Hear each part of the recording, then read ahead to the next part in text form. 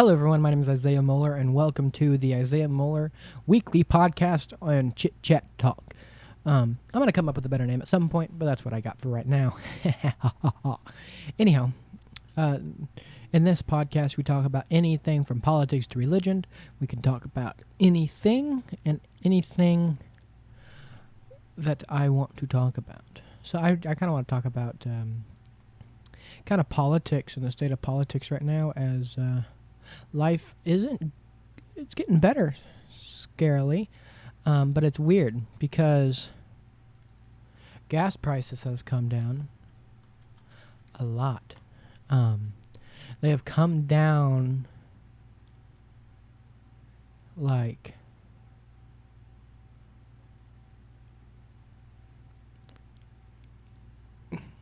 over 30 cents, I think, nationally. U.S. gas prices fall below $4.50 a gallon at a 2-month low, which is nice. It's weird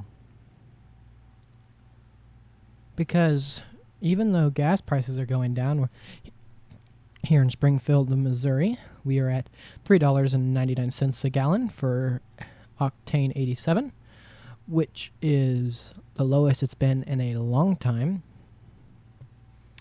And we are continuing to get lower because just yesterday they were at $4.09, and a week or two before they were at $4.19 and $4.29. And it's a wonderful day for us to be able to, I guess, have gas prices at $3.99. But the issue along with that is I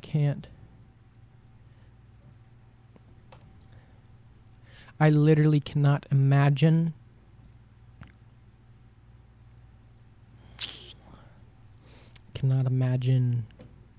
what's going to happen as gas prices are going down, but inflation is still going up. Places like Fox News. Oh my gosh. Be quiet. Fox News is claiming stuff that President Biden is under fire for lowering gas prices, threatening to lower gas prices while inflation continues to grow up instead of solving the undermining issue of inflation. So, what do? I feel like a couple things we could do, but I totally feel like there's things we have to do. And I think we fall into the trap of we can't do anything because we're not in power. Well, I gotta tell you a couple things. That's one that's very, very wrong. We can definitely do things even if we're not in power.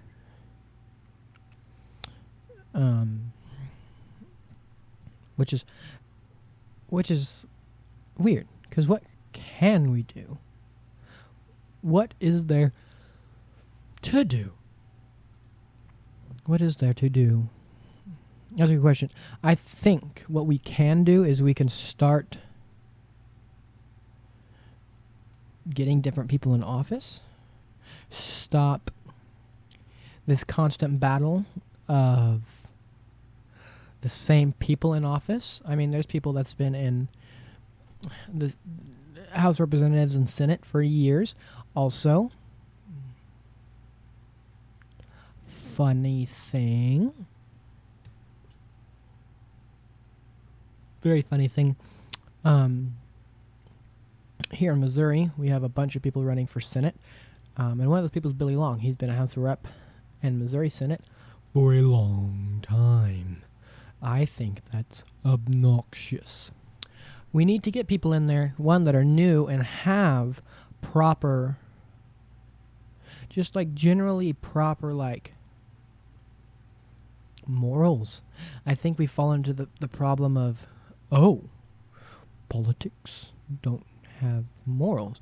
And there's tons and tons of things that we could be grumpy about in politics. I think the biggest, anything from agreeing and disagreeing with abortion are agreeing and disagreeing with Biden and how he runs the country.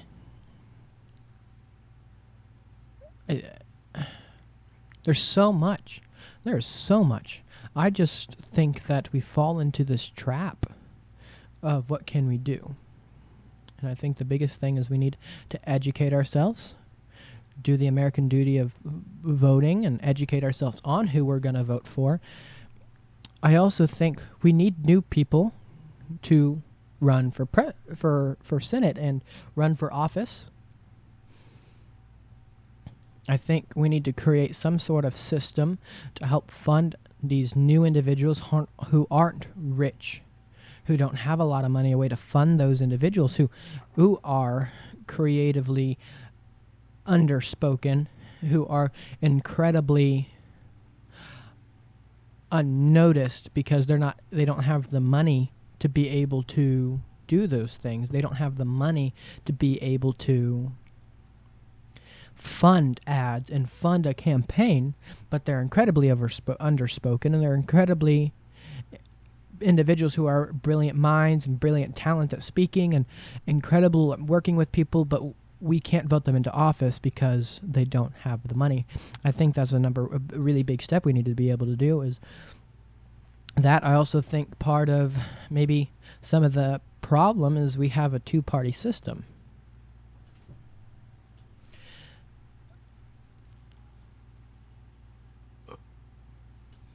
I think that the two-party system has finally proven how bad it is and why it's failed over and over and over again in the American populace is we run into the issue of who has the most money.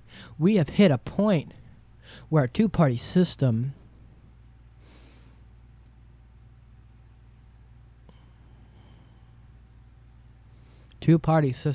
is almost impossible to create checks upon itself because you have a party of which is super conservatives or conservatives either way, and we have a system of people who are super liberal, a party who are super liberal or liberal, and they can't agree on anything. But if we had multiple parties, we could get new ideas. We can get a president who doesn't have to follow strictly to the conservative or liberal agenda. They can create an agenda that is good for the American people. I definitely think that we have officially fallen.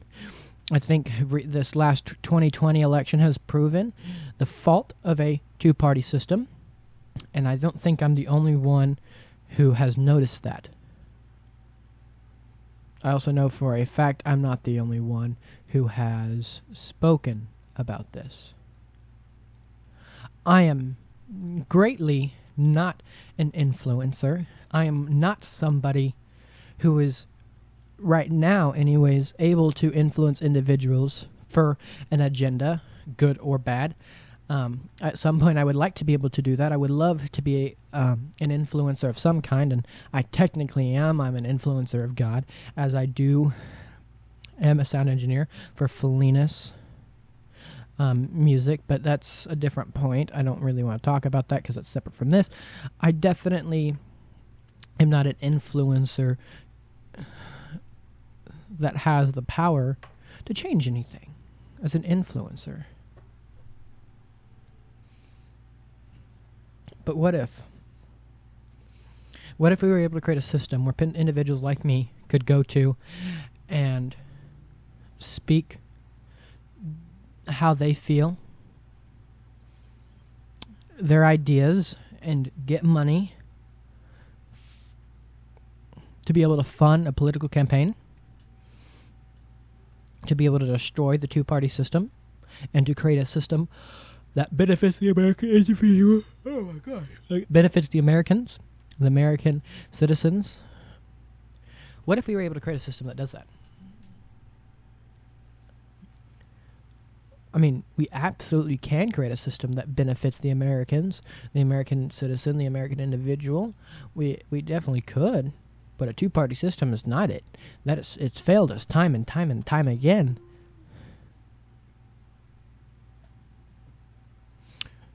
Two parties isn't enough. 2 parties is not enough. I really don't think it ever will be enough. I think we keep falling into the same trap. It literally, what are we going to do?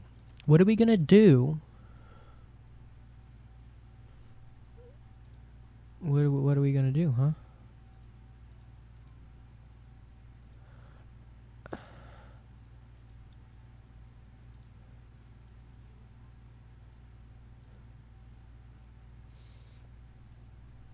I don't know. I don't know what we're going to do. And that's what bothers me. What do we do? What are we what should we do in these scenarios? You know? We have a 2-party system that has continued to fail us over and over and over and over again, where we're not able to get individuals, even individuals who technically have a different party, because there are different people there are people you can put on ballots that aren't from the main 2 parties, but they're not even invited to the presidential debates. They're not even invited to the news to speak very often, and not even close to the capacity that the 2 main parties have.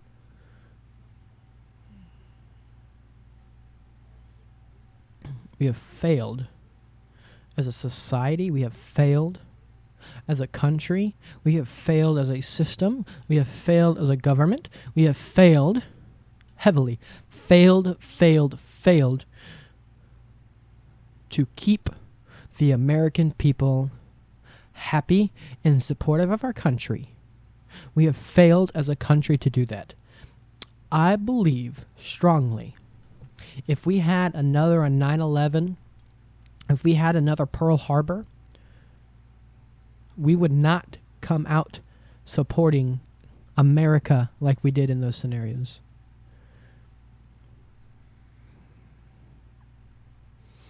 Because we have continuously failed and failed and failed.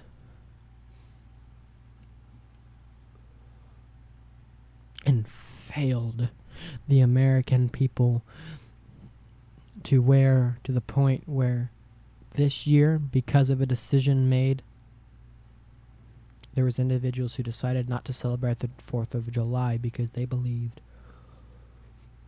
it was pointless to celebrate a country that they disagreed with along the premises of abortion. What do we do to solve that issue?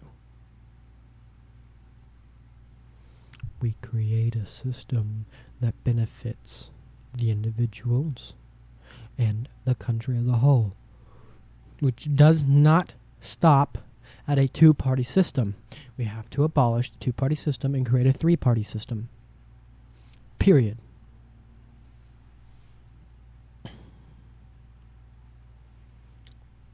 Well, let's not say 3 parties. Let's say unlimited parties. I would like to mention that in the history of the United States, the idea of a multi-party system has always been there. We never, for those individuals who are uneducated in how that works, we were never a 2-party, a set 2-party system. We were never Democrats and Republicans. We started off with Federalists and Nationalists. Well, Federalists and Republican Democrats. Then we had this weird thing where it was Republicans and something with a W. And then it was the Bull Moose Party, Republicans, and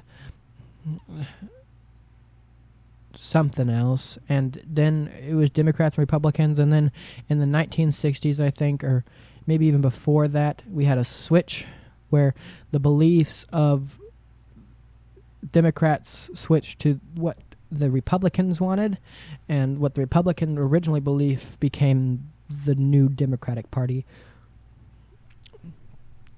It's weird. It is weird. We never kind of had a two-party system. It baffles me to even think that that's what we've come to. It's impossible to have any other party besides the Republican and Democratic Party. One, because of the Electoral College, which I think is a great idea, but I strongly, personally disagree with it. But if the Electoral College can, maybe allow more than two parties on the ballot, I think life would be a lot easier. Anyways, thank you for coming to my Chit Chat Talk. I'll talk to you guys next week. Bye.